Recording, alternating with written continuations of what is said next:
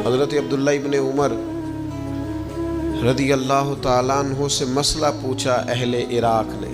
انہوں نے کہا کہ مکھی یا مچھر کا خون اگر کپڑوں کو لگ جائے تو کیا اس سے نماز ہو جاتی ہے؟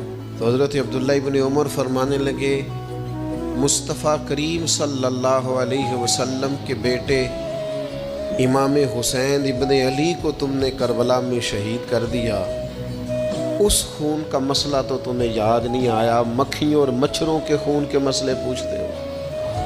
اتنا بڑا کام تم کر گئے، اتنا بڑا جرم تم نے کر ڈالا، اور اب یہ کہ مکھیوں اور مچھروں کے خون کے مسئلے پوچھنے لگے ہو۔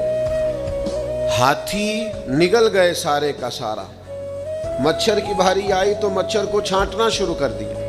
میرے بھائیوں، ترجیحات کو سمجھیں، بات پر غور کریں۔